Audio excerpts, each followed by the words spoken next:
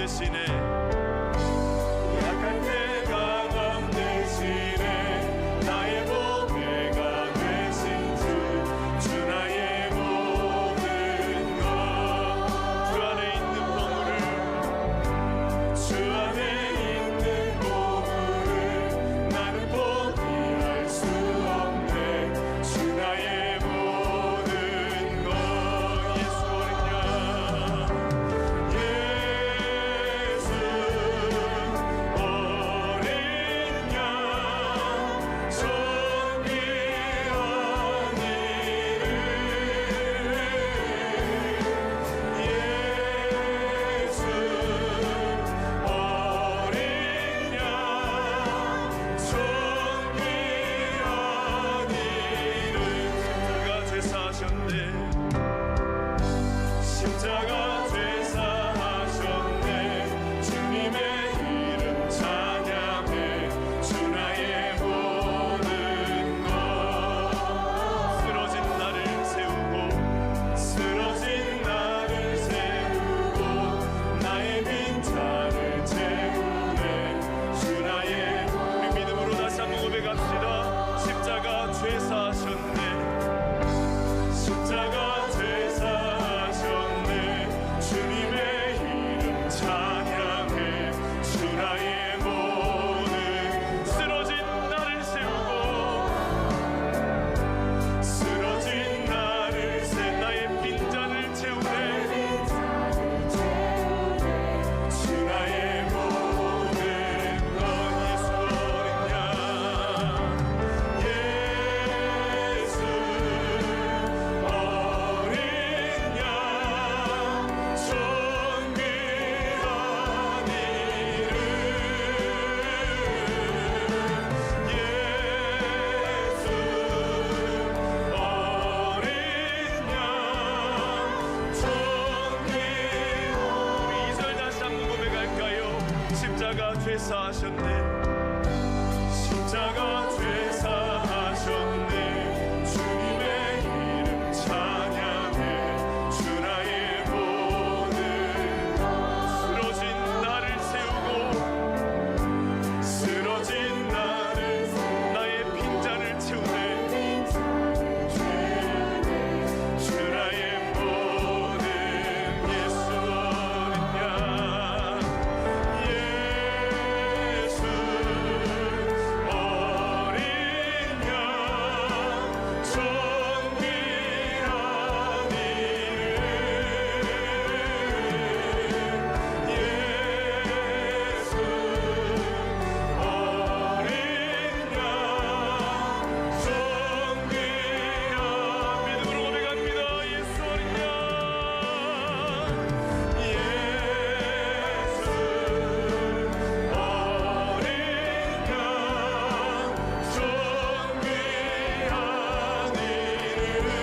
어린 양,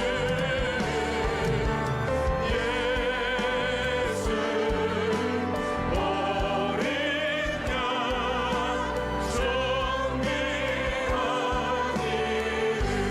이름. 예수 어린 양, 존귀한 이름. 예수 어린 양, 존귀한 이름.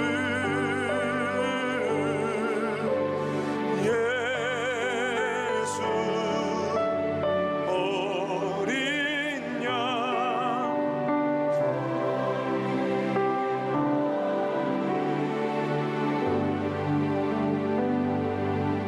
자, 오늘 얘기는 베다니라는 동네에서 일어난 일입니다.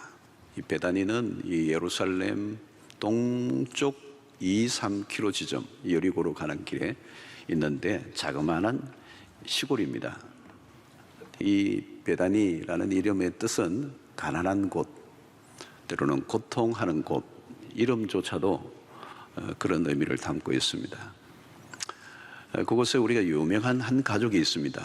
마리아와 마르다, 그리고 그 외에 오라버니 나사로가 사는 이 가정이 유명한 것은 특별히 이 마리아가 자신의 옥합을, 향유 옥합을 깨뜨려서 예수님의 발에 붓고 자기의 머리털로 씻었던, 닦았던 유명한 그런 사건이 있었습니다.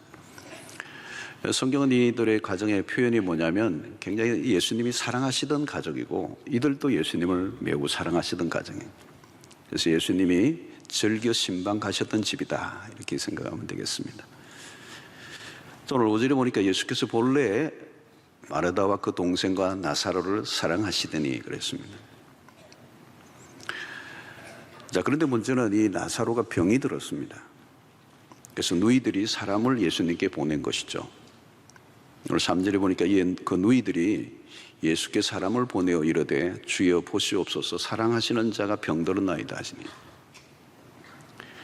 이 표현은 직접적으로 오시라는 말은 하지 않았습니다. 그러나 표현 속에 그 의미가 담겨 있죠. 당신의 사랑하시는 자가 병들었습니다.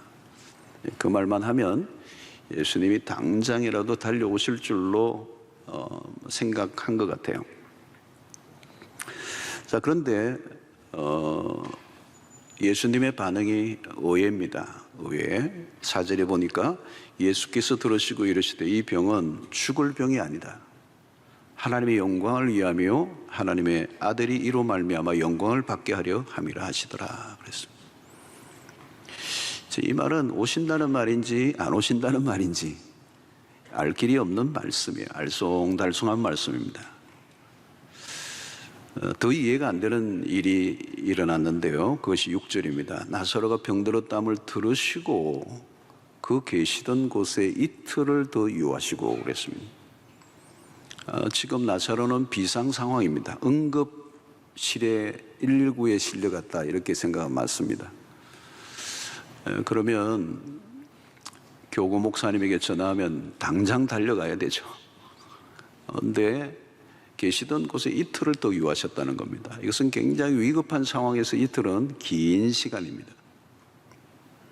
이 말은 어떻게 보면 예수님은 관심이 없다는 표현처럼 보입니다. 딴청을 피우시는 것 같아요. 서둘러도 급한 상황인데 오히려 이틀을 더 머물러 계시는 건 이유를 알 수가 없습니다. 자, 문제는 이 시간이 그렇게 흐르면서 드디어 일어나지 말아야 할 일이 일어났습니다. 그게 뭐냐면 나사로가 죽고 말았습니다. 그리고 장례식까지 다 치러버린 것이죠. 상황이 끝이 났습니다. 우리는 이점에서 마리아와 마르다의 상황을 좀 이해할 필요가 있습니다. 예수님에 대한 원망의 마음이 일어나는 거죠. 감정이 뒤죽박죽이 됩니다. 서운함, 섭섭함, 실망감. 그래도 우리는 예수님의 사랑하시던 가족이었는데, 우리도 예수님에게 할 만큼 했고 또 예수님도 참으로 사랑한다고 하셨는데 이게 뭐지? 여러분, 우리가 이렇게 살다 보면 사람들을 통하여 마음이 상할 때가 있습니다. 섭섭하기도 하고 서운하기도 하고 시험에 들 때가, 교회에서도 신앙생활 하다 보면 사람들과 관계에서 섭섭한 마음이 들고 마음이 상할 때가 있습니다. 그래도 사람에게 마음이 상해도 하나님께 나가서 풀면 됩니다. 하나님, 저 인간이 저러네요 그러고, 섭섭해요 뭐 이러고, 갑자기 충청도 말이 나오네요. 그렇게 할 수 있어. 근데 그 마음에 상한 이유가 하나님 때문이라면 누가 풀어주는 것입니까? 하나님에게 실망을 한 거예요. 섭섭함이 하나님에게 있는 겁니다. 여러분, 신앙생활을 하다 보면 하나님이 내 마음에 들지 않을 때가 있습니다. 내가 열심히 기도했는데 정말 오랫동안 기도하고 또 기도했는데 응답이 없어요. 오히려 기도하는데 상황은 더 나빠지는 경우가 있어요. 너무 속이 상해가지고 위로라도 받으려고 사랑방에 갔는데 또 그날따라 다 기도 응답받은 얘기를 하고 있어요. 막 축하는 해주는데 속은 쓰려. 내가 기도를 해도 내가 더 많이 했고 봉사를 해도 내가 더 많이 한 것 같은데, 기도할수록 내가 기도하는 것과는 거리가 먼 쪽으로 진행될 때가 있습니다. 그때 우리는 믿는다는 것의 의미가 뭔가 회의가 들죠. 하나님께 실망하는 겁니다. 마리아와 마르다는 지금 오라비의 죽음으로 망연자실하는 겁니다. 마음이 굉장히 상한 것입니다. 이것은 깊은 실망이죠. 우리가 종종 경험하는 경험이라고 할 수 있습니다. 하나님, 내가 힘들고 이렇게 외롭고 어려운데 당신은 어디 계십니까? Where are you? 당신은 어디 계시죠? 아니, 나를 알기나 하십니까? 내가 겪고 있는 고통과 하나님은 등을 돌리고 있는 것처럼 보일 때가 있다는 겁니다. 여러분, 이것은 성경 안에서 우리가 자주 발견되는 스토리입니다. 우리에게만 있는 게 아니고 성경 속에 있는 인물들. 유명한 것은 하박국서죠, 여러분. 하박국 선지자입니다. 근데 도대체 이해가 안 돼. 하나님 왜 이러시는 겁니까? 하나님, 당신 살아계신 겁니까? 하나님의 당신의 공의가 살아계신다면 도대체 이 세상 꼬라지가 왜 이렇습니까? 왜 악인이 저렇게 형통하며 의인이 저렇게 고난을 받습니까? 당신은 어디 계십니까? 하나님의 부재에 대해서 의문을 품는 겁니다. 욥기서도 여러분 마찬가지입니다. 대서사신 욥기서에도 욥의 고난에 하나님은 침묵하세요. 여러분, 욥이 당한 고통은 정말 만신창이가 되었습니다. 그런데 하나님은 불러도 대답 없는 이름이에요. 여러분의 시편의 많은 시인들의, 우리가 보면 시인들의 고백이 이거예요. 부르짖어도 응답을 하지 않는 하나님. 자, 그때도 우리는 더 이상 기도하고 싶지 않죠. 그리고 상황은 내가 원하는 것과 전혀 반대 방향으로 흘러갈 때 다 소용없어. 여러분, 이 요한복음 오늘 11장을 우리가 읽었는데요. 바로 앞부분이 몇 장입니까? 굉장히 어려운데 10장입니다. 10장에 뭐가 나오죠, 여러분? 예수님이 나오십니다. 예수님이 어떤 분이시죠? 선한 목자로 나오십니다. 나는 선한 목자라. 요한복음 10장 10절은 그 유명한 거죠. 내가 온 것은 양으로 생명을 얻게 하고 더 풍성히 얻게 하려 함이라. 근데 여러분, 현실은 달라요. 하나님이 그렇게 우리의 선한 목자이고 우리를 더 풍성한 삶으로 약속하셨지만 현실은 아니라는, 신앙과 현실의 갭이 너무 큰 거예요. 그래서 교회를 다니고 헌금도 하고 봉사도 하고 내가 나름대로 모든 수고를 다 했는데 난 지금 뭐지? 나에게 돌아온 것은 아무것도 없어. 내가 기대하는 것과 전혀 다른, 아니 내 고통과 어려움에 등을 돌리고 계시는 하나님, 나의 삶에 전혀 관심을 갖지 않는 그 하나님이 야속하게 보이는 거예요. 그래서 우리의 신앙이 그때 딜레마에 빠지는 겁니다. 내가 생각하는 대로 돌아가지 않을 때 주님의 사랑이 느껴지지 않습니다. 여러분, 신앙에서 가장 큰 위기가 언젠가 하면 하나님에 대한 실망이에요. 여러분, 이럴 때는 어떻게 해야 되죠? 여러분, 하나님에게 대한 실망이 일어나는 거예요. 하나님 그분에 대한 실망이 일어나요. 그럼 우리가 어떻게 해야 되죠?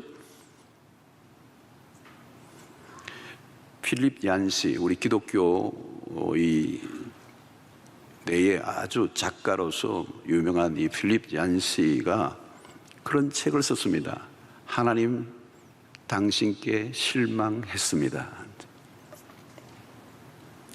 그분은 이 책에서 이렇게 얘기합니다. 하나님에 대해 전혀 실망하지 않는 사람이 있다면 그는 분명 무신론자라고 생각한다. 무신론자는 하나님에게 아무것도 기대하지 않기 때문에 실망할 것도 없고 하나님으로부터 받을 것도 없다. 실망하고 있다는 것은, 하나님에게 실망하고 있다는 것은 하나님을 믿고 있는 것입니다. 하나님이 느껴지지 않을 때 우리가 할 수 있는 일은 아무것도 없어요. 그냥 그대로 실망하며 보내기, 유명한 한 신학자가 자신의 삶이 너무도 처절하고 힘든 삶을 살아가는데 그 두꺼운 책에서 그분이 하는 얘기는 뭐냐면 답이 없는 채로 살아가기. 신앙이 거창한 게 아니라는 거죠.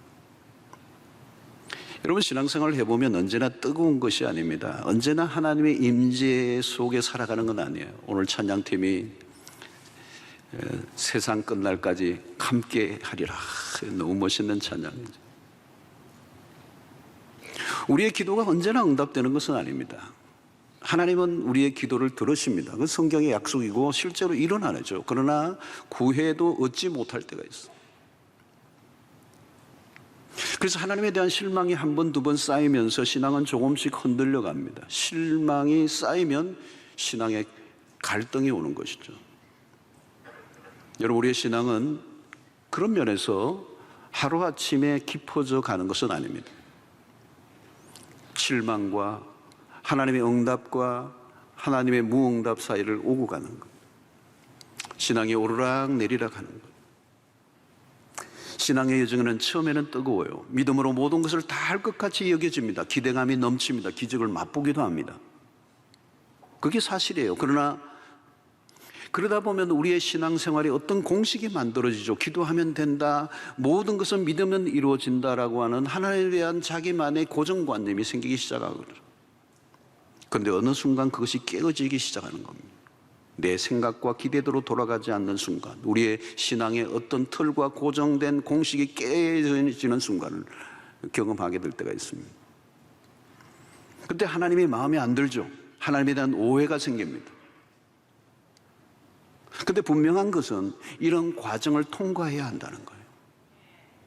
내 생각대로 내 기도대로 안 되는 것을 경험해야 된다는 거예요.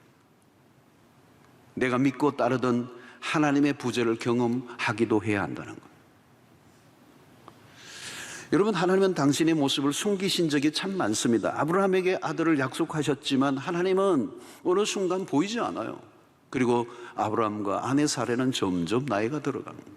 현실은 점점 멀어져 가는, 꿈은 멀어져 가네.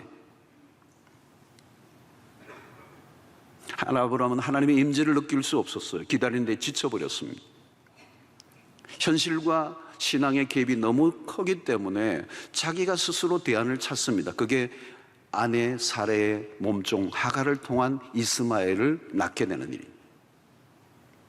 그 후에도 하나님은 오랫동안 아브라함에게 당신의 얼굴을 나타내 보이지 않아요. 그대한 공백이 생기는 겁니다. 왜 하나님은 즉각적으로 응답해 주지 않을까? 왜 그렇게 애를 태우며 응답을 하실까? 우리는 거기서 아브라함의 믿음이 하루아침에 만들어진 것이 아니라는 것을 발견하게 됩니다. 하나님은 의도적으로 공백을 만드실 때가 있습니다. 주님은 마리아와 마르다의 마음이 무너지고 절망하는 것을 모르실 리가 없어요. 주님은 종종 우리가 가는 길을 멈추게 하실 때가 있습니다. 코로나19는 우리의 삶을 멈추게 만들었습니다. 아무것도 할 수 없는 이런 시간들 앞에 우리는 질문이 쌓입니다. 하나님, 왜 우리에게 이런 일들을 허락하셨습니까? 하나님은 이런 일들을 막으실 수는 없었습니까? 여러분, 바로 이런 공백의 시간에 우리의 신앙이 만들어져 가는 거예요. 우리의 신앙의 열정이 식은 다음 내 생각대로 돌아가지 않는, 기도가 응답되지 않는 그 자리에서 나는 그럼에도 불구하고 기도의 자리에 앉아 있을 수 있는가? 내려가고 있을 때가 또 있지만 오르게 될 순간을 잠잠히 기다리고 있는가? 위기의 순간에 나는 어떤 반응을 보이고 있는가를 나 자신을 돌아봐야 하는 것입니다. 우리는 앞부분에서 주님은 선한 목자라고 해서 우리의 삶에 전체적으로 바라보고 계시는 분이에요. 그러나 이것이 우리에게는 와닿지 않을 때가 있습니다. 하나님의 존재는 믿지만 하나님의 사랑이 구체적으로 내 삶에 느껴지지 않을 때가 많은 것입니다. 그래서 하나님의 무응답에 지칩니다. 하나님의 사랑이 떠나버린 것일까? 그렇지 않다는 것입니다. 하나님이 사랑하시지 않는 것이 아니고 그 사랑이 연기되고 있을 뿐이다. 오늘 이 본문 속에서 우리가 보여주는 것은 딜레이 되고 있다는 거예요. 딜레이 오브 러브, 하나님의 사랑의 연기. 여러분, 왜 연기하실까요? 우리의 편에서는 연기로 보이지만 하나님에게는 연기가 아닙니다. 주님은 질서정연하게 진행하고 있을 뿐입니다. 하나님의 때는 인간적인 입장에서는 최악의 상황과 마주칩니다. 오늘 17절에 보면 예수께서 와서 보시니 나사로가 무덤에 있은지 이미 나으리라. 그러면 여러분, 시체에서 썩어서 냄새가 나기 시작한 때입니다. 완전히 절망적인 최악의 상태입니다. 그런데 주님께서 왜 이제 오셨는가? 나사로가 죽은 다음에 오신 이유가 무엇인가? 너무 늦었다. Too late. 그러나 여러분, 늦어진 것이 아닙니다. 우리는 항상 기억해야 합니다. 주님이 오신 그 시간이 최적의 순간이다. 하나님에게는 오차가 없습니다. 우리와 다른 시간일 뿐입니다. 우리와 예수님의 시간의 갭이 커요. 이 갭이 중요한 것입니다. 신앙의 훈련은 이 갭을 통하여 이루어집니다. 우리에게는 갭이 필요해요. 이 갭을 기다림으로 메꿔야 합니다. 이 기다림이 곧 믿음인 것이죠. 기다림이란 하나님의 시간에 길들여지는 훈련입니다. 우리의 마음대로가 아니라 하나님의 마음대로 돌아가는 것을 받아들이는 훈련이라는 것입니다. 그래서 우리에게는 참 어려운 시간이에요. 이 기다림이라고 하는 것이. 기다림이란 우리의 시간을, 우리의 타이밍을 포기하는 거예요. 아브라함은 하나님의 약속을 믿고 따라 나섰지만 현실이 달랐어요. 점점 지쳐갔습니다.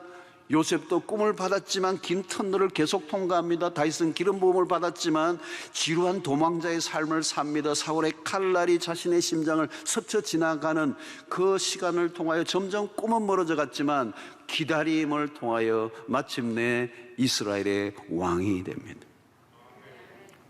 여러분, 기다림의 훈련이 너무 중요합니다. 내 마음대로가 아니라 하나님의 마음대로에 순응하는 것입니다. 그러므로 기다림은 어려운 시간이지만 유익합니다. 기다리는 시간 속에서 우리의 시선을 조금씩 나 중심에서 하나님 중심으로 옮겨가는 것입니다. 우리는 시간을 건너뛰어 볼 수 없습니다. 오늘, 내일, 모레 계속 이렇게 시간의 순서대로 가지만 내일은 우리에게 있지 않아요. 하나님만이 미래를 주관하시는 것입니다. 기다리는 시간을 통하여 우리는 하나님의 눈높이로 자라가게 됩니다. 시간이 흐르면서 서서히 하나님의 관점을 가지게 됩니다. 하나님이 바라보는 것과 같이 바라보게 될 때 우리는 다른 차원의 삶을 살게 되는 것이죠. 우리의 안목이 자신의 문제 안에만 빠져 있지 않고 나와 다른 차원에서 문제를 바라보기 시작할 때 그것을 우리는 초월이라고 그러죠. 미래에 대해서 온전히 우리는 알지 못하는 한계, 그래서 우리는 미래를 알고 싶어 하지만 알 수가 없습니다. 우리는 미래를 알려고 하기보다 미래를 통치하시는 미래의 시간이 주님에게 있기 때문에 그분을 신뢰하는 것입니다.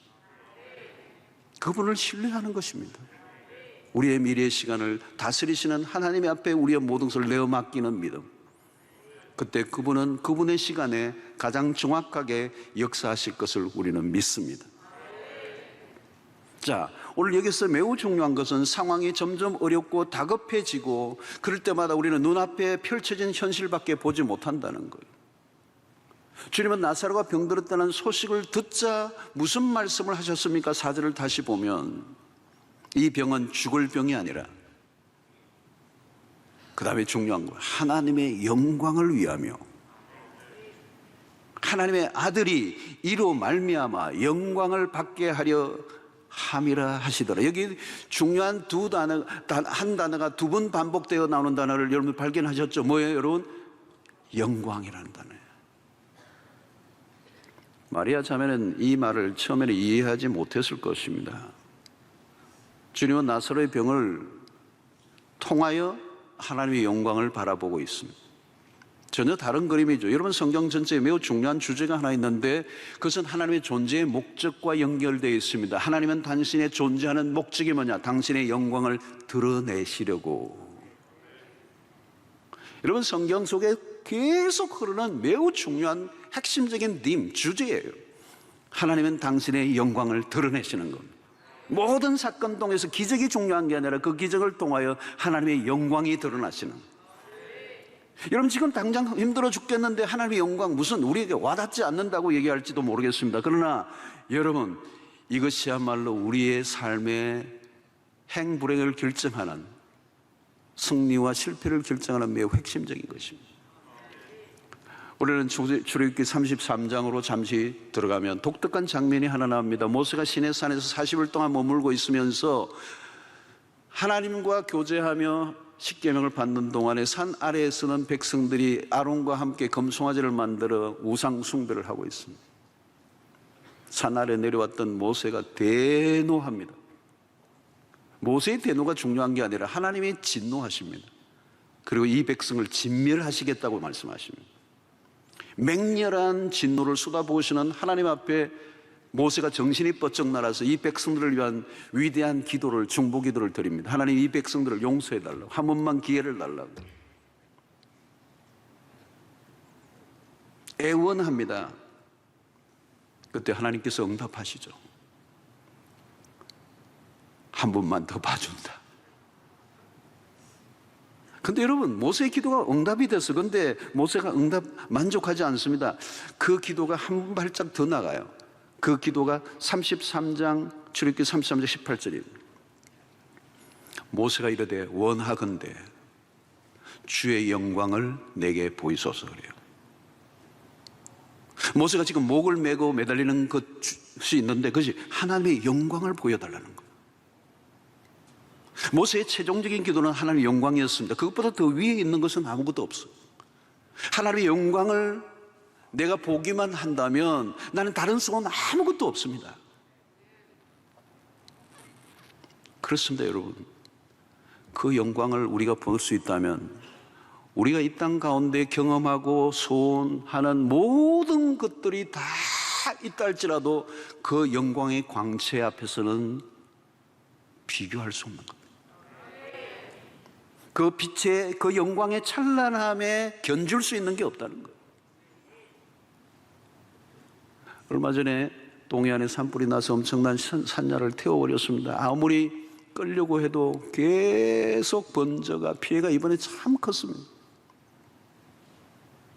그런데 며칠 후에 그 산불이 끊임없이 그냥 불을 끌려고 수많은 사람들이 수많은 도구들을, 헬기를 동원하고 수 없는 사람들이 동원해도 그 불길이 잡히지 않은데 그 며칠 후에 비가 한번 쏟아지니까 단번에 끝이 났어요. 여러분, 우리는 인간이 어둠을 밝히려고 애를 많이 쓰죠. 그런데 아침에 태양이 떠오르면 단 한 번의 그 태양이 떠오름으로 모든 어두움을 한순간에 사라지게 만드는 거예요.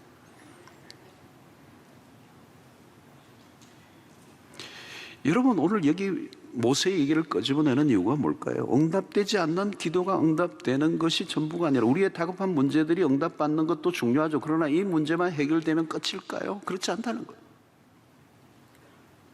모세도 광야를 지나며 수없이 하나님 앞에 기도했지만 그가 원하는 마지막 기도는 주의 영광을 보는 것입니다. 그 영광을 보지 않으면 이 척박한 광야를 지나는 동안에 자기가 이 그친 백성들과 함께 끝까지 광야를 완주할 자신이 없어. 그러나 아무리 광야를 할지라도, 아무리 힘든다 할지라도 하나님의 영광만 내가 볼 수만 있다면 아무리 힘들고 어려운 상황이 와도 내가 이 광야를 통과할 수 있겠다는 믿음이 생긴 거예요.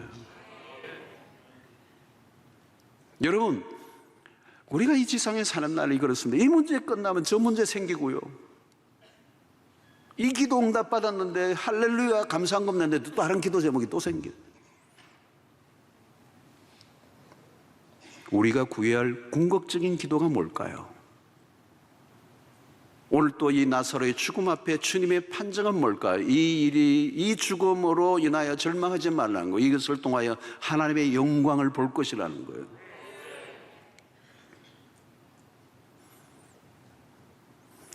오늘 우리는 이 땅 가운데 끊임없는 사건, 사고, 불행의 일들이 수없이 교차되어 일어나고 있습니다. 기도하고 응답받아도 또 다른 기도의 제목이 줄을 서 있어요.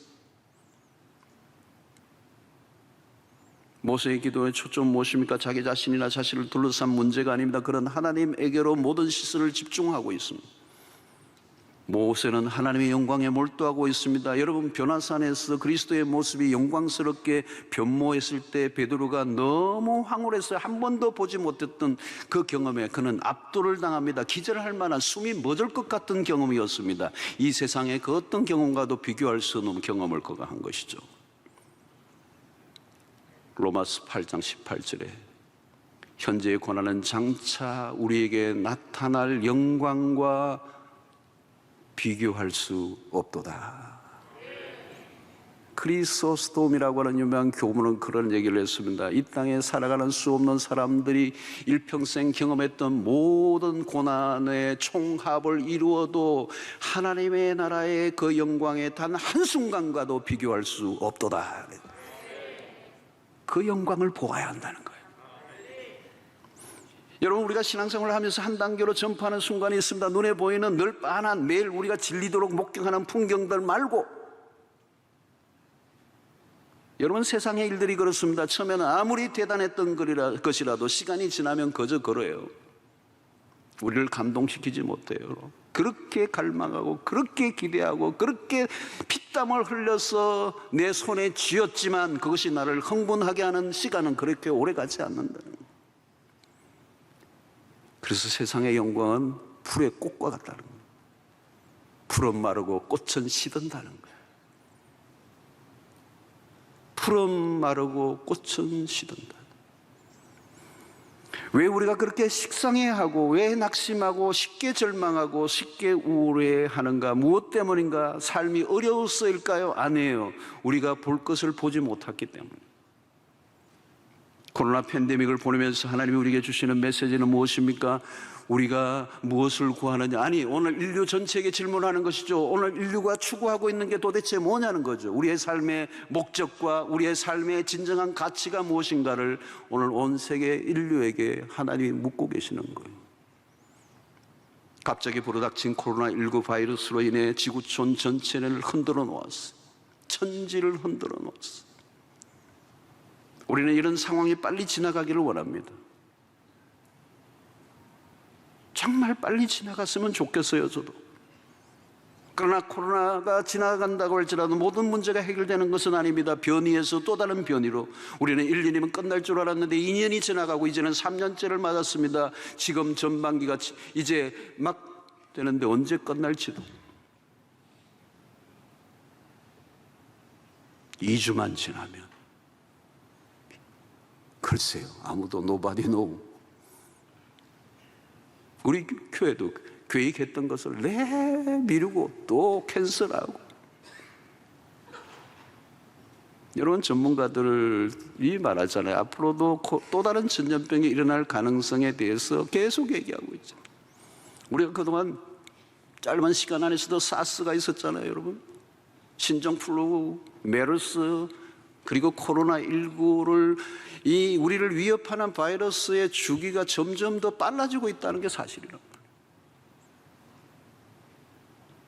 오미크론도 지금 또 변이가 또 생겼죠. 물론 좀 약하다고 하기는 하지만, 여러분, 우리가 전혀 예상하지 않은 재앙들이 지구촌에 언제든지 들이닥칠 수가 있습니다. 우리가 사는 세상은 천국이 아니라는 것이 확실해요. 하나님의 나라는 아직 임하지 않았습니다. 얼마 전 동해안에서 산불이 일어났을 때 그랬습니다. 불을 끈다고 껐는데 불씨가 남아있는 거예요. 어디선가 불씨가 있으니까 그냥 바람이 불니까 또 일어나는 거예요. 우리의 삶이 그런 것 같아요. 끊는 것 같아요. 발로 다 밟고 끊는데 또 문제가 일어나는 거예요. 여러분, 당장에 불을 끄는 방식으로 우리의 기도를 이해해서는 안 돼요.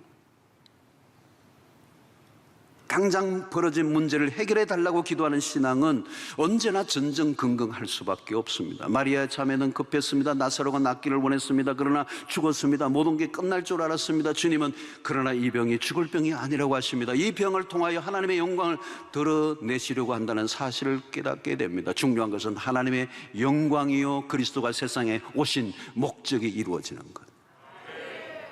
인간의 가장 절망적인 상태일수록 하나님의 영광은 더 선명하게 드러나는 것입니다. 모세가 하나님의 영광을 보기까지 물리서지 않은 이유는 그 영광은 이 세상의 어떤 것들과도 비교할 수 없기 때문에. 여러분, 이 세상의 경험 중에 가장 거대한 것이 뭘까요? 이 세상에서 경험할 수 있는 가장 거대한 것은 사실은 죽음이에요. 요즘은 전쟁, 전염병, 그리고 암이 얼마나 많이 창궐합니까? 죽음, 한순간에 모든 것을 뒤집어 놓습니다. 죽음을 보는 순간 우리는 얼어버려요. 가장 강력한 사건, 모든 것을 뒤집어 엎는 것이 죽음이기 때문에 이 죽음의 경험을 뒤집어 엎을 만한 것은 이 세상에 존재하지 않아요. 그것을 뒤집어 엎을 수 있는, 그것을 능가하는 힘은 하나님에게만 있고, 그것이 부활의 능력인 줄로 믿습니다. 부활의 영광은 사망의 어둠을 덮어버립니다.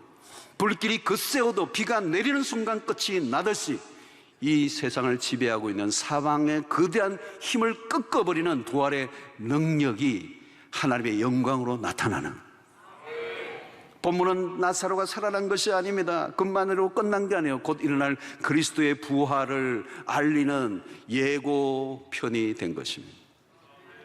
나사로의 부활은 그리스도의 부활을 예표합니다. 25장 26절에 예수께서 이르시되 나는 부활이요 생명이니 나를 믿는 자는 죽어도 살겠고 무릇 살아서 나를 믿는 자는 영원히 죽지 아니하리니 이것을 내가 믿느냐.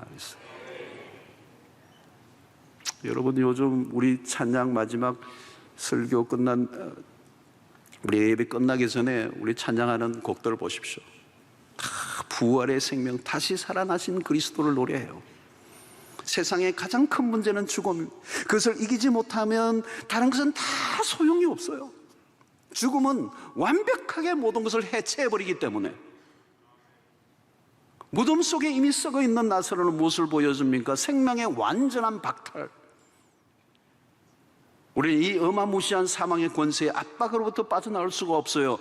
하나님이 우리에게 보여주시는 그 영광은 부활이요, 그 부활만이 이 죽음의 권세를 끊고 역전시키는 유일한 힘이기 때문에.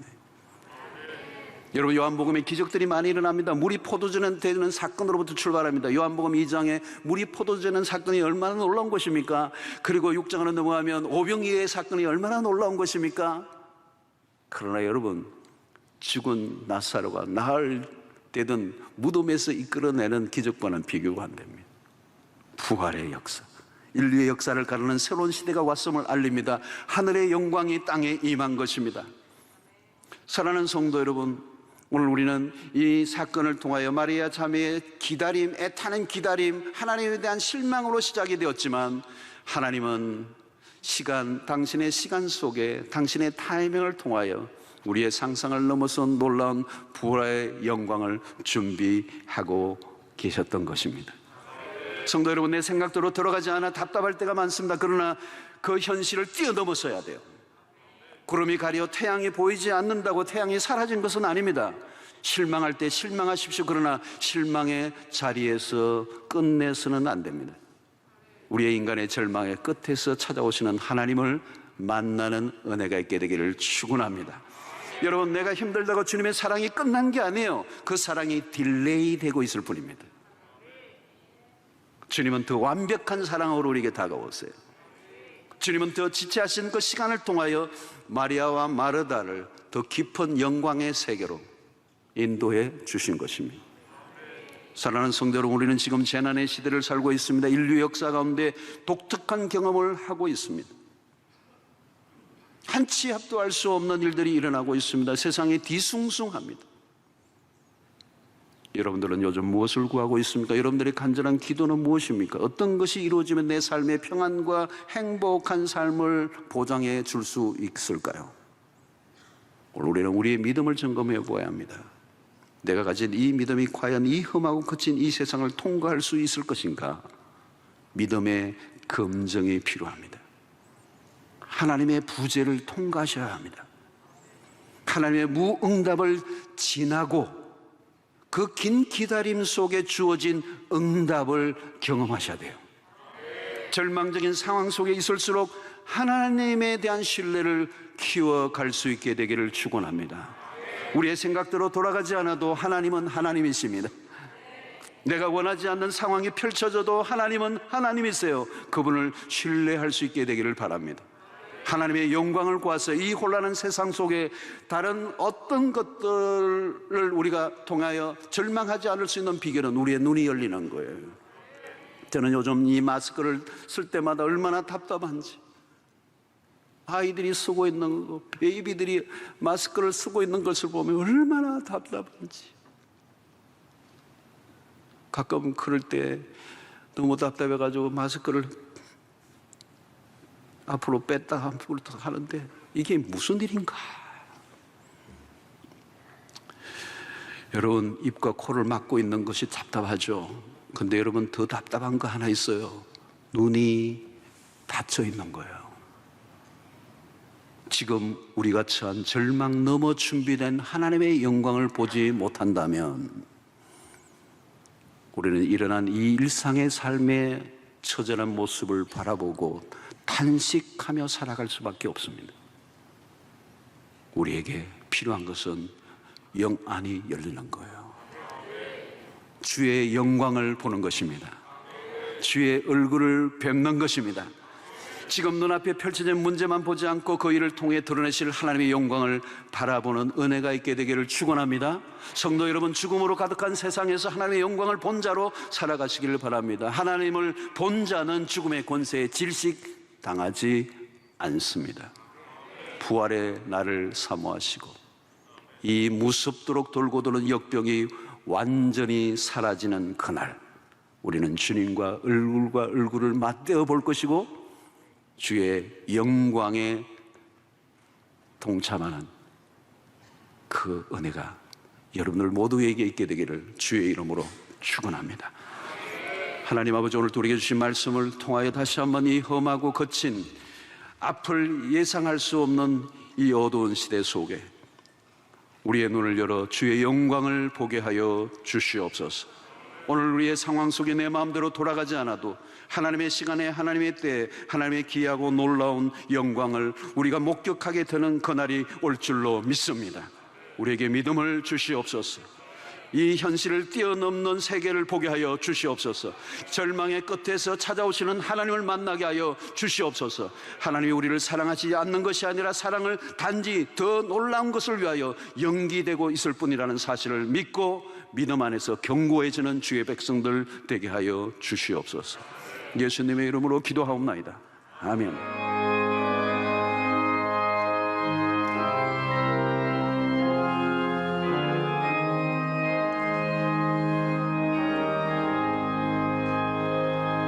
주여 지난 밤 내 꿈에 배었으니 그 꿈 이루어 주옵소서.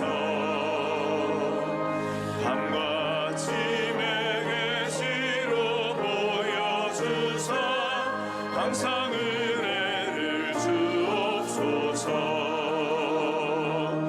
나의 놀라운 꿈 정녕 장차 그 은혜 받을 편이 나의 놀라운 꿈 정녕 이루어서 주님 얼굴을 배우리라.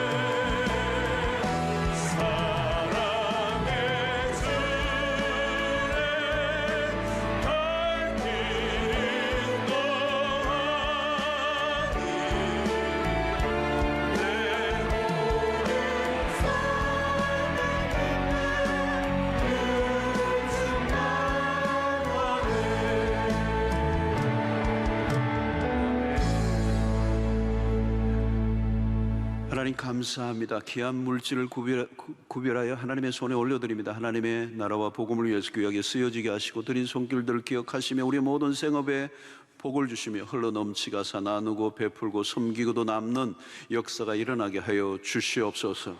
아무리 힘들어도 하나님의 백성들의 모든 하나님 먹고 마시고 입는 모든 이 생존의 문제 주님이 책임져 주실 줄로 믿고 주만 의지하고 바라보며 살게 하여 주시옵시고, 세상에 구걸하지 않게 하시고 세상에 눈치 보지 않게 하여 주시고 돈 때문에 무릎 꿇는 일 없게 하여 주시옵시고, 하나님의 백성으로 하나님 당당하게 기품 있게 살아가게 하여 주시옵소서.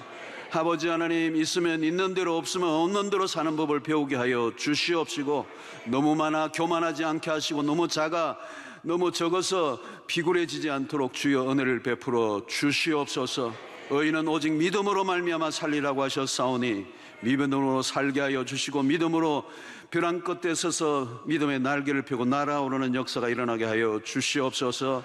우리의 가정, 직장, 사업, 진로, 결혼, 취업 모든 것 주의 손에 올려드립니다. 하나님의 때 하나님의 방법으로 기이하고 놀랍게 응답하실 그 주님을 신뢰하고 기다리는 저희들 되게 하여 주시옵소서. 하나님 아버지, 오늘 또 병중에 있는 성도들 어루만져 주시고 모든 육체의 잔병까지 떠나가게 하여 주시옵시고, 말기암이라도 떠나가는 역사가 일어나게 하여 주시옵시고, 죽은 자도 살리시는 하나님 역사하여 주시옵소서. 우리 원로 목사님 살려 주시옵소서. 백수하게 하여 주시옵소서. 하실 일이 남아 있습니다. 하나님 아버지, 은혜를 베풀어 주시옵소서. 한 생애 동안 하나님을 위해서 정결하고 아름답게 온 생애를 쏟아부으시는 우리 원로 목사님을 주님이 긍휼히 여겨 주시옵시고, 주의 뜻이 이루어지게 하여 주시옵시고, 주의 영광이 나타나게 하여 주시옵소서. 하나님, 오늘 또 처음 난 주의 백성들을 축복하시고 예수 그리스도를 믿고 사는 복이 얼마나 영광스러운가를 깨닫게 하여 주시옵소서. 교회를 위해 수고하는 일꾼들에게 복의 복을 더하여 주시옵시고, 하나님 아버지, 오늘 또 흩어져 있는 백성들 군대를 유학으로 출장으로 어디에 있든지 주님 임마누엘로 함께하여 주시옵소서.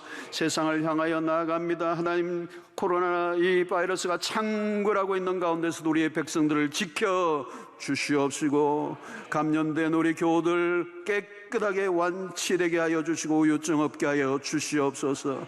오늘 또 모든 것 주께 의뢰하오며 예수 그리스도의 이름으로 기도하옵나이다. 아멘. 이제는 우리 주 예수 그리스도의 놀라우신 은혜와 하나님의 크신 사랑과 성령의 교통하심이 하나님 우리의 현실 속에, 때로는 신앙과 현실의 갭 속에 때로는 우리가 생각하는 대로 돌아가지 않는다 할지라도, 때로는 하나님께 실망했다 할지라도 그 실망이 끝이 아니라 하나님은 더 애타게 기다리시며 우리보다 더 놀라운 것을 준비하시고 하나님의 영광을 드러내실 것을 기대하며 믿음으로 살아내며 승리하기로 결단하는 주의 백성들 머리 위에 지금부터 영원토록 함께 있을지어다. 아멘.